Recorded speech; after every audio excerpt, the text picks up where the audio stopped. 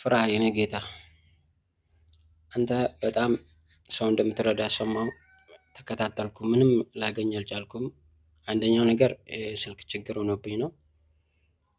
ስልኬ በቃ በፊቱ ጠፍቶብኛል። አሁን ቤተሰብ ሚስት ካገባሁ በኋላ እኔም ገንዘብም ላገኝ አልቻልኩም።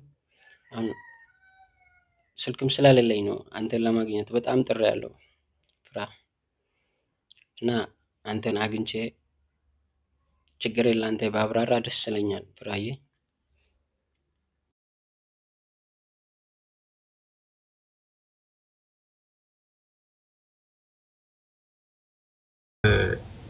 ይሄ ነው። እንደገና ደግሞ እንደዚህ ቪዲዮ ተከፍቶ ላይቭ ላይ እንደዚህ ካላያችሁ በስተቀረ እንዳታምኑ። አሁን በውስጥ ስክሪንሻት እያደረጉ የላኩልኝ ልጆች አሉ፣ ገንዘብ እየጠየቁ ምናምን። ይሄ እንደዚህ ያስገባልሻለሁ እንደዚህ ላኪ የሚል አይነት ነገር ቴክስቶች ሁሉ እያየው ነው።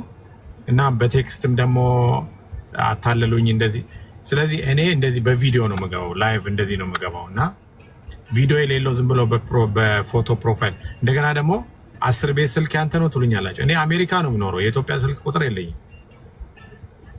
እና በኢትዮጵያ ቁጥር ደውሎ ገንዘብ እየተቀበሏችሁ ነው። ስለዚህ ይሄ የተወሰኑ አካውንቶችን ቁጥራቸውን አግኝቻለሁ። እነሱ በህግ እንጠይቃቸዋለን። ለኛው የሱ አሁናዊ ፎሎወር ቁጥር ይሄንን ሲሆን ለመረዳትም ሆነ ለመታገዝ የምትፈልጉ ትክክለኛው አካውንቱ ይሄ ነው።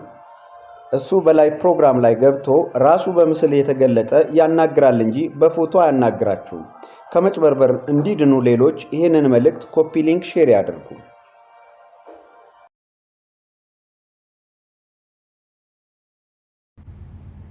ሰላም፣ መጽሐፍ ቅዱስ ግዛልኝ። ስሜ ሙሴ ነው። ሰላም ፍራ፣ እኔ አንተ ፍቅረኛ ነኝ። እኔ ፍቅረኛ አለኝ። አንድ ቻና ማፍቀር የምችለው ፍራ የምር ፍራኦል እትቻ እኔ የምሬ ነው የምልህ።